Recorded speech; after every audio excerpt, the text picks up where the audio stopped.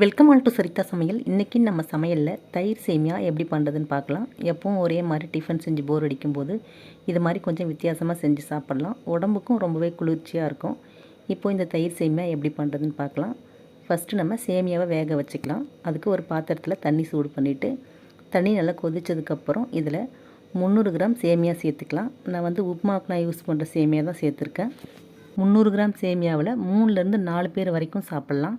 நம்ம இந்த சேமியாவில் தான் செய்யணும்னு இல்லை, நம்மக்கிட்ட பாயச சேமியா இருந்தால் அதுலேயும் செய்யலாம். டேஸ்ட்டு ரொம்பவே நல்லாயிருக்கும்.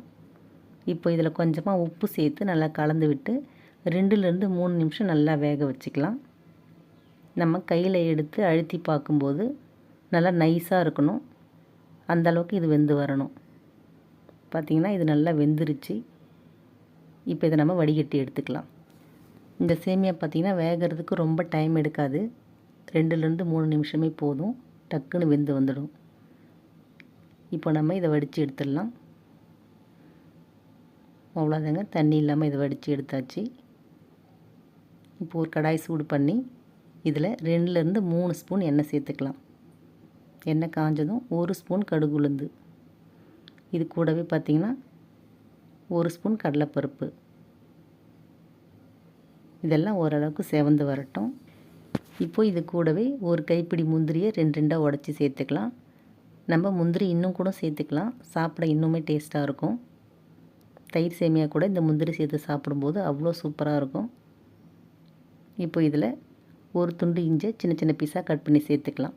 இது கூடவே 3 பச்சை மிளகாய், கொஞ்சமாக கருவேப்பிலை சேர்த்து விட்டு 1 நிமிஷம் நல்லா வதக்கி விட்டுடலாம்.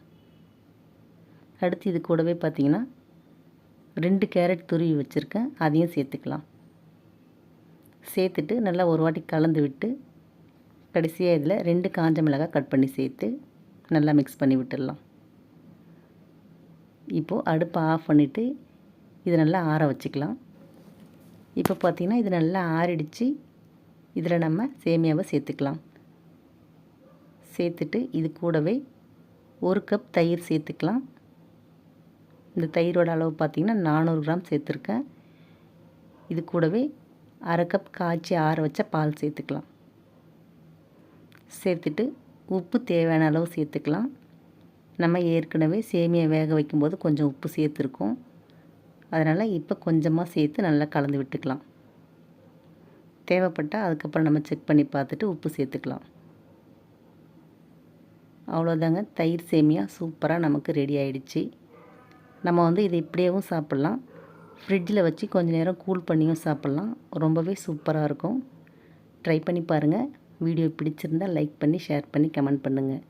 என்னோடய மற்ற வீடியோஸ்லாம் பார்க்கணுன்னு நினச்சிங்கன்னா சரிதா சமையலுக்கு சப்ஸ்கிரைப் பண்ணுங்கள். தேங்க்யூ.